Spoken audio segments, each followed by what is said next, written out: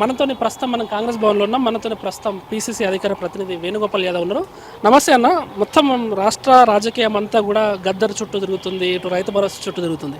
ముందుగా మనం గద్దర్ టాపిక్ విషయానికి వస్తే బీజేపీ నేత కేంద్ర సహాయ మంత్రి బండి సంజయ్ గద్దర్కు మేము అవార్డు బాజాప్తా ఇయ్యము, గద్దర్ భావజాలం వేరు, పోలీసులను చంపిండు, ప్రజల్ని నక్సలైట్లను అమ్మన్నాడు. సో అలాంటి భావజాలం ఉన్న వ్యక్తికి మేము అవార్డు ఎట్లా ఇస్తామని అంటున్నారు. దానిపై మీ స్పందన ఏంటి? ఈరోజు కేంద్ర హోంశాఖ సహాయ మంత్రి బండి సంజయ్ చేసినటువంటి ఆరోపణలు ఏవైతున్నాయో బాధ అనిపిస్తుంది. ఎందుకంటే బండి సంజయ్ కూడా ఒక బీసీ నాయకుడు. గద్దర్ అన్న బీసీల కోసం, రాజ్యాధికారం కోసం గలం విప్పినటువంటి ప్రజాయుద్ధ నౌక గద్దర్ అన్న.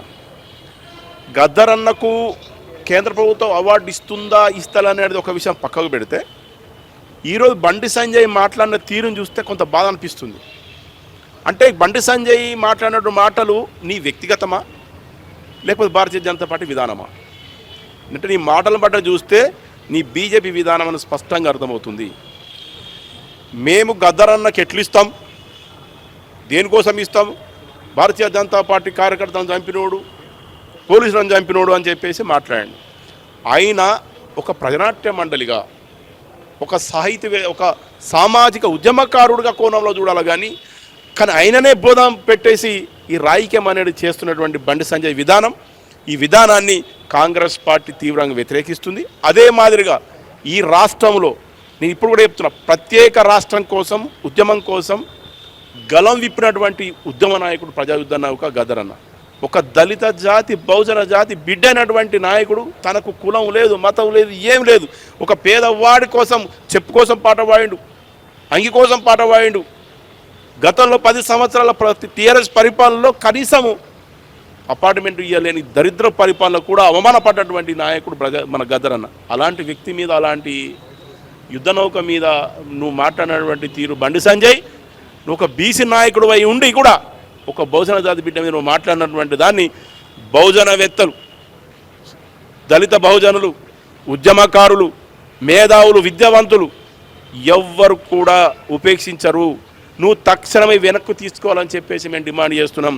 తక్షణమే గద్దర్ అన్నకు నువ్వు క్షమాపణ చెప్తేనే గద్దర్ అన్న ఆత్మశాంతిస్తుంది. సంజయ్ గారు, మీ తీరు కరెక్ట్ కాదు. అంటే మీరు మాట్లాడిన తీరు స్పష్టంగా అర్థమవుతుంది. అంటే మీరు ఒక సామాజిక కోణంలో ఉన్నటువంటి, గతంలో జైభీం సినిమాకు ఒక అట్టడు వర్గానికి చెందినటువంటి ఒక వ్యక్తికి అన్యాయం జరిగితే ఒక న్యాయవాది ఏ రకంగా తీసుకొచ్చాడు అనే సినిమా మీద జైభీం సినిమా దేశవ్యాప్తంగా సంచలనం సృష్టించినటువంటి సినిమా. ఆ సినిమాకు కూడా మీరు జాతీయ అవార్డు ఇవ్వలేరు. అంటే భారతీయ జనతా పార్టీ విధానం ఏందన్నది ఏర్పడిపోయింది. జైభీం సినిమాకు మీరు జాతీయ అవార్డు ఇయ్యరు. కానీ ఎవరికి ఇస్తారు? స్మగ్లర్లకు, స్మగ్లర్ చేసే సినిమాలకు, లేకపోతే పుష్ప లాంటి సినిమాలకు, పుష్పలో నటించినటువంటి హీరోలకు మీరు ఇస్తారు తప్ప సామాజికంగా, సమతుల్యంగా, సామాజికంగా మెసేజ్ ఇస్తున్నటువంటి సినిమాలకు మాత్రం మీరు ఇవ్వరు అనేది. అంటే ఒక బహుజన జాతికి చెందినటువంటి ఎవరైనా కానీ కూడా మీరు ఇవ్వరు అనేది జైసి భీం సినిమాతో తెలిసిపోయింది. అదే మాదిరిగా సంజయ్ మాట్లాడినటువంటి తీరు కూడా స్పష్టమైపోయింది. ఇది క్లియర్గా భారతీయ జనతా పార్టీ, నేను సంజయ్ గారిని అడుగుతున్నాను, నీ వ్యక్తిగత వివరణ అయితే చెప్పండి, లేదు నీ పార్టీ వివరణ అయితే కూడా చెప్పండి. అదే మాదిరిగా నేను సూటిగా అడుగుతున్నాను, గద్దర్ అన్న ఆ రోజు చిన్నజీఆర్ స్వామి సమావేశాలకు కూడా ప్రత్యేకంగా పోయిండు. అదే మాదిరిగా గతంలో ఎల్కే అద్వానీ గారు కూడా భారతీయ జనతా పార్టీ సమావేశాలు జరిగినప్పుడు కూడా, బహిరంగ సభ జరిగినప్పుడు కూడా ఆ అద్వానీ సభలకు వెళ్ళిండు. అదే మాదిరిగా గద్దర్ అన్న అకాల మరణం తర్వాత కూడా గౌరవనీయులు నరేంద్ర మోడీ గారు కూడా సంతపంగా లెటర్ ఇచ్చిండు.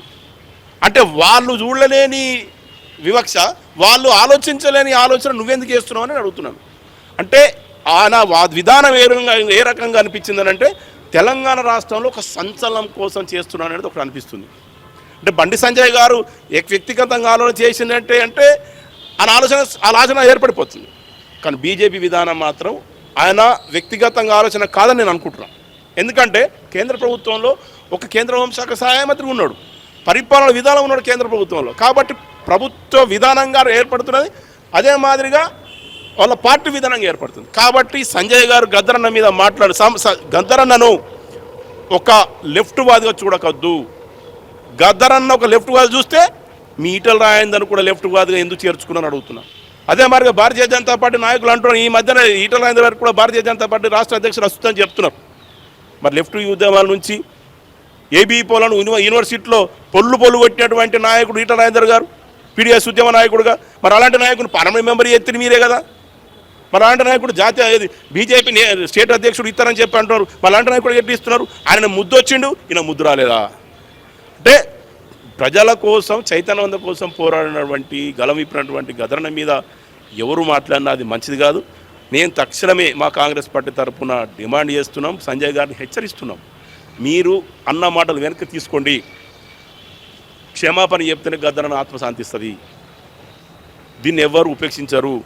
ఈ జరుగుతున్న పరిణామాల మీద నువ్వు సంచలనం కోసం చేసినట్టు అనుకుంటే నేను ప్రజలు బొంద పెడతారు. మీ విధానం ఏర్పడిపోయింది. మీరు 8 మంది పార్లమెంట్ సభ్యులు ఉన్నారు.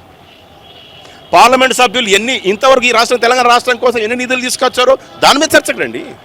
మా ముఖ్యమంత్రి రేవంత్ రెడ్డి గారు పద్మశ్రీ ఇవ్వాలను మన కేంద్ర ప్రభుత్వానికి ప్రతిపాదన చేసిన దాంట్లో గదరణ కానీ అందశ్రీ కానీ ఉద్యమకారులది సామాజిక నాయకులది పేర్లు పంపిస్తే ఒక్కటి కూడా ఇవ్వరా? అంటే తెలంగాణ రాష్ట్రం దేశంలో లేదా? నేను అడుగుతున్నా సంజయ్ గారిని, దేశంలో లేదని అడుగుతున్నాను. ఎందుకు ఇవ్వరు? ఎందుకు ఆక్రమణ చూసిండ్రు? లెఫ్ట్ కాదు ఎందుకు అనుకున్నారు? అన్న సామాజికంగా ఒక నాట్య మండలి ప్రజల కోసం గలం విప్పినట్టు ఆయన అన్నారు. అనర్సుంటూ లేకపోతారు. తెలంగాణ ఉద్యమంలో మొట్టమొదటి అడుగుపెట్టినప్పుడు గలం విప్పి పాటలు పాడి గజ్జగట్టినటువంటి గాయకుడు గదరన్న. అలాంటి వ్యక్తి మీద మాట్లాడితే అసలు ఎవరు ఉపేక్షించరు. తక్షణం వెనక్కి తీసుకోవాలని చెప్పేసి బండి సంజయ్ గారు వేస్తున్నావు. ఒక బీసీ నాయకుడుగా నువ్వు అనుకుంటే, నువ్వు బీసీ నాయకుడు ముద్ర వేసుకొని తిరుగుతున్నావు సంజయ్, మీరు వెనక్కి తీసుకోండి, మీరు క్షమాపణ చెప్పాలని చెప్పేసి నేను కోరుతున్నా, డిమాండ్ చేస్తున్నాను. మరోవైపు ఏదైతే కేటీఆర్ నిన్న నల్గొండ సభ పెట్టి ఏమంటుండంటే పొద్దుగాలనే మీరు మెసేజ్ వస్తుంది మీకు రైతు భరోసా పైసలు పడ్డట్టు, కానీ మీరు ఒక మండలంలో ఒక గ్రామానికి మాత్రమే ఇస్తున్నారు. మీరు అసలు అడ్మినిస్ట్రేషన్ మీద మీకు పట్టు లేదు, మీరు రైతులను మోసం చేశారు, ఒక్కొక్క రైతుకి 20,000 దాకా బ్యాక్ ఉంది కాంగ్రెస్ గవర్నమెంట్ అంటున్నారు. దానిపై మీ రెస్పాన్సిబిలిటీ. ఇప్పుడు రైతు భరోసా అనేది గతంలో టీఆర్ఎస్ ప్రభుత్వంలో ఒక్కొక్క రైతుకు ఎకరానికి 10,000 ఇచ్చారు. మేము ఏం చేస్తామంటే మీరు చేసినటువంటి అప్పుల కుప్ప టీఆర్ఎస్ ప్రభుత్వంలో 10 ఏళ్ల కాలంలో రాష్ట్రం ఏర్పడినప్పుడు 16,000 మిగులు బడ్జెట్ ఏర్పడి తెలంగాణలో 7,50,000 కోట్లు అప్పులు చేసినటువంటి ఘనత మీది. సరే, ఒక ప్రాజెక్టు కట్టారా మీరు? పోనీ నిరుద్యోగుల జీవితాలు కాపాడినరా? రైతాంగ జీవితాలు కాపాడినరా? కాళేశ్వరం కట్టారు కదా. కాళేశ్వరం చూసి ఏర్పడుతుంది కదా. బాహుబలి కట్టేసి బాహుబలి మోటార్లు కింద పడిపోయినాయి, మొత్తం పగుళ్ళు వచ్చేసినాయి, వాళ్ళ కళ్ళలం అయిపోయింది. ఏ నీళ్ళు ఎడిపోతుందో తెలుస్తలేదు, అసలు నీళ్ళు వచ్చిందిలో తీర్తలేదు. దాన్ని కేవలం అంటే ఈరోజు చూసుకుంటే మీరు అన్నదానికి గతంలో దాదాపు 70-80 కిలో కట్టినటువంటి నాగర్ సర్ డ్యామ్ తీసుకోండి, శ్రీరామ్ సార్ ప్రాజెక్ట్ తీసుకోండి, అలీసాగర్ ప్రాజెక్ట్ తీసుకోండి, దానికి ఇంతవరకు పగులు రాలేవు, దానికి ఇంతవరకు డ్యాములు కూలిపోలేవు. నువ్వు కట్టినటువంటి 2 ఏళ్ళ పూర్తిగానే దాంట్లో నువ్వు డ్యాములు మళ్ళీ పగులు వచ్చేసి దాని మీద ఏర్పడిపోయింది కదా కాళేశ్వరం. దాని మీద దాన్ని ఎంత మాట్లాడినా కానీ వాళ్ళు దొంగలు లంగలు దాచుకున్నారు, దండుకుంచుకున్నారు. వాళ్ళు ఈరోజు తెలంగాణ ఆర్థిక సంపద ఈరోజు ఎక్కడుందనంటే కేసీఆర్ కుటుంబం ఉంది. అది స్పష్టంగా ఏర్పడిపోయింది. ఇప్పుడు రైతు భరోసా విషయానికి వచ్చినప్పుడు ఎకరానికి మేము 12,000 రూపాయలు ఇస్తున్నామండి. 12,000 రూపాయల విషయానికి ఇచ్చినప్పుడు ఎకరము 2 ఎకరాలు 3 ఎకరాలు 5 ఎకరాలు అట్లా ఎకరం చొప్పున మనం ఇస్తున్నాం. అది క్లియర్గా ప్రభుత్వం తీసుకున్న నిర్ణయం. ఆయన ఏమంటున్నాడంటే, అంటే ముఖ్యమంత్రి ఏమన్నా చెప్పిండా మీకు ఇప్పుడు 10 రోజుల ఇప్పుడు వస్తే ఎలక్షన్ ముందు ఇస్తున్నాడు, ఎలక్షన్ తర్వాత ఇయ్యడానని చెప్పేసి మేము మా ప్రభుత్వం చెప్పింది ఆయన కేటీఆర్కు? రైతులను సర్వనాశనం చేసినటువంటి పార్టీ దేశం ఏంటంటే కేసీఆర్ గారు. దాదాపు మీ 10 ఏళ్ల కాలంలో 1,200 మంది రైతులు ఆత్మహత్య చేసుకున్నారు. మీరు ఏకకాలం రైతు రుణమాఫీ చేయకుండా గతంలో 2018 నుంచి తీసుకున్నప్పుడు 2014 నుంచి తీసుకున్నప్పటికీ కూడా సంవత్సరానికి 25,000 వేసని వడ్డీలకే కట్టుకున్నటువంటి పరిస్థితి రైతులు. రైతు భరోసా విషయంలో ఏమాత్రం కూడా అనుమానపడాల్సిన అవసరం లేదండి. ముఖ్యమంత్రి గారు స్పష్టంగా ప్రతి ఒక్క రైతుకు కూడా ఎకరానికి 12,000 రూపాయలు ఇవ్వాలనేది స్పష్టం. అది అందరికీ వస్తుంది, విడతల వారికి వస్తుంది.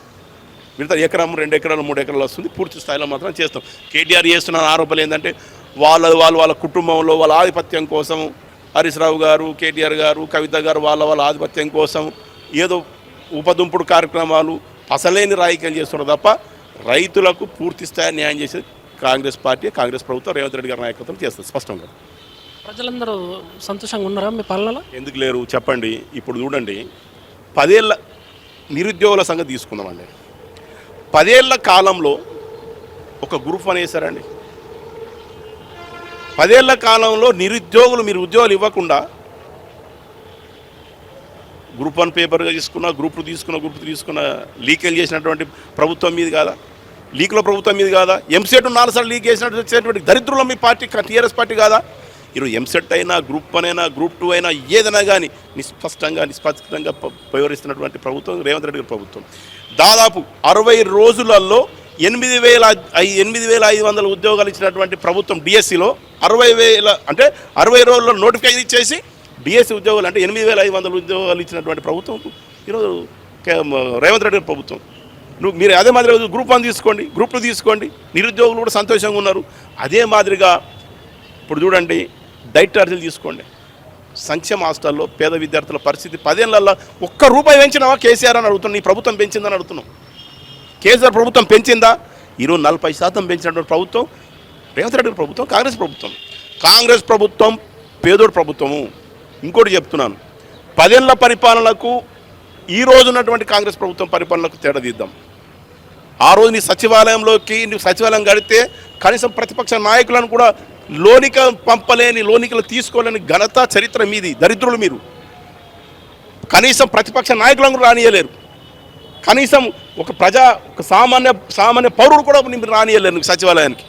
ఈరోజు చూడండి మా గాంధీ భవన్లో మంత్రులు వస్తున్నారు, ప్రజల సమస్యలు తెలుసుకుంటున్నారు. సచివాలయంలోకి వెళ్ళి ఈరోజు ప్రజలు స్వేచ్ఛగా పోతున్నారు, స్వేచ్ఛ వాయులు పీల్చుకుంటున్నారు. కాబట్టి సామాన్యుడికి ప్రతి ఒక్కరికి న్యాయం చేసే ప్రభుత్వం దేశంలో ఏదైనా ఉంటే కాంగ్రెస్ ప్రభుత్వం. ఎస్సీలు ఎస్టీలు బీసీలు ఎవరైనా సరే మీరు గుర్తుంచుకోండి, ఈ భారతదేశంలో ఎస్సీ ఎస్టీ బీసీ వర్గాలకు రాజకీయంగా ఆదుకోవడం కోసం కావచ్చు, వాళ్ళు ఎదుర్కొన్న సమస్యల మీద కావచ్చు, నిరుద్యోగ సమస్య కావచ్చు, రైతాంగ సమస్యను కావచ్చు, ఏదైనా ఆదుకోవాలనుకుంటే దేశంలో ఏదైనా పార్టీ ఉంది, ఒక వేదిక ఉందంటే అది కాంగ్రెస్ పార్టీ. గౌరవనీయులు రాహుల్ గాంధీ గారి నాయకత్వంలో, అదే గారు తెలంగాణ రాష్ట్రంలో రేవంత్ రెడ్డి గారి నాయకత్వంలో ఖచ్చితంగా సంతోషంగా ఉంటారు. మేము కేసీఆర్ లేక మా రేవంత్ రెడ్డి గారి కుటుంబం మేము దోసుకునేందుకు సిద్ధంగా లేరు, దోసుకోవాల్సిన అవసరం లేదు. మేము ఏదైనా ప్రజాపక్షం, ప్రజల కోసం సేవ చేస్తానికి మా ప్రభుత్వం ఉంది, అది స్పష్టం. Please subscribe to the channel and download the Politicos app from the links in the description.